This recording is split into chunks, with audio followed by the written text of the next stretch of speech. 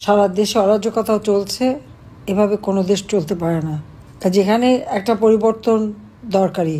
হ্যাঁ, আমি এখনও সংবিধান মোতাবেক জনগণের ভোটে নির্বাচিত প্রতিনিধি এবং প্রাইম মিনিস্টার, পার্লামেন্টে পাশ করা আমি প্রাইম মিনিস্টার লিগালি, কনস্টিটিউশনালি। তারপরেও যখন ছেড়ে আসতে বাধ্য হয়েছি, তাহলে আমি বলবো যে একটা অবাধ নিরপেক্ষ সুষ্ঠু নির্বাচন হোক, কিন্তু ডক্টর ইউনূসের মতন এই ধরনের আত্মকেন্দ্রিক, স্বার্থপর, লোভী একটা জঙ্গি শাসকের অধীনে না। কারণ সে তো সম্পূর্ণ ইললিগাল, তার ক্ষমতাটাই তো সে দখল করেছে সম্পূর্ণ ইললিগালি এবং জঙ্গিদের দ্বারা। কাজে তার অধীনে নির্বাচন মানে এই দেশ জঙ্গিদের হাতেই থেকে যাবে, আর এভাবে মানুষকে নির্যাতিত হতে হবে, মরতে হবে। এখানে একটা সম্পূর্ণ নিরপেক্ষ তত্ত্বাবধায়ক সরকার করে নির্বাচন হোক, জনগণ ভোট দিক, জনগণ ভোটে যাকে চাইবে তাকেই দেবে, কিন্তু জনগণকে সেই অধিকারটা দিতে হবে, সেই লিবার্টিটা থাকতে হবে। জনগণ যেন নিজের মনের আকাঙ্ক্ষাটা পূরণ করে ভোট দিতে পারে, সেই সুযোগটা তার জন্য সৃষ্টি করতে হবে। আজকে আবার পেপারে দেখলাম সশস্ত্র বাহিনী, এটা তো ডিফেন্স মিনিস্ট্রির অধীনে, এখন সশস্ত্র বাহিনীকে নিয়ে যাচ্ছে স্বরাষ্ট্র মন্ত্রণালয়ের অধীনে। এটা আবার হেডলাইন, সব পত্রিকা নাকি হেডলাইন। এটা কি খুব ভালো কাজ হলো? সশস্ত্র বাহিনী কাজ করে ইন 8 to 7 পাওয়ার, তাদেরকে স্বরাষ্ট্র মন্ত্রণালয়ের অধীনে ন্যস্ত করার কি থাকতে পারে? তাহলে আলাদা ডিফেন্স মিনিস্ট্রি কেন? আর সশস্ত্র বাহিনী তো স্বাধীনতা সার্বভৌমত্ব রক্ষা করার জন্য, আর তাদেরকে ব্যবহার করা হচ্ছে।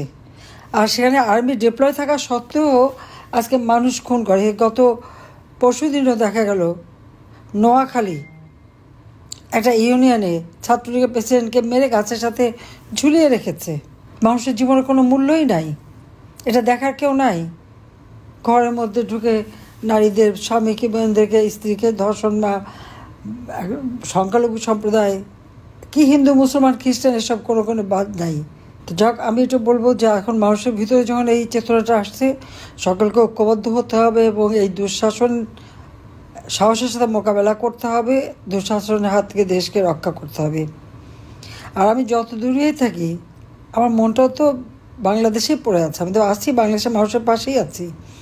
আমি সারাদিন চেষ্টা করি মানুষকে সাহায্য করতে। আমাদের গোপালগঞ্জে যে গণহত্যা চালালো, কত মানুষ মারা গেছে এবং এখনও পর্যন্ত 51 জনের কোনো খবরই পাওয়া যাচ্ছে না। সরাসরি গুলি, ডক্টর ইউনূস সরাসরি নির্দেশ দিয়ে দিয়েছে গুলি করে, এবং সেই যে কমান্ডিং অফিসার সোজা বলছে গুলি কর, গালি দিয়ে, সিপাহীদের গালি দিয়ে বলছে গুলি কর, সরাসরি গুলি কর। সরাসরি গুলি করার নির্দেশ দিয়ে গোপালগঞ্জে গণহত্যা করা হলো। এবং চট্টগ্রামেও পুলিশকে বলা হয়েছে সরাসরি গুলি করতে, বুকে পায়ে গুলি করতে। এই নির্দেশ কে দিয়েছে? এটা তো ডক্টর ইউনূসের দেওয়া। কাজে যে হত্যা হয়েছে এর জন্য সে দায়ী। আমরা এই দুঃশাসনের হাত থেকে দেশ ইনশাল্লাহ একদিন মুক্ত হবে, দেশের মানুষ আবার শান্তি পাবে, দেশের মানুষের আবার উন্নতি হবে।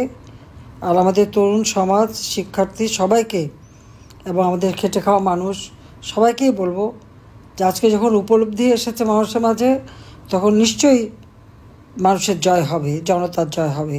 সবাইকে ধন্যবাদ। জয় বাংলা, জয় বঙ্গবন্ধু, বাংলাদেশ চিরজীবী হোক। খোদা হাফেজ।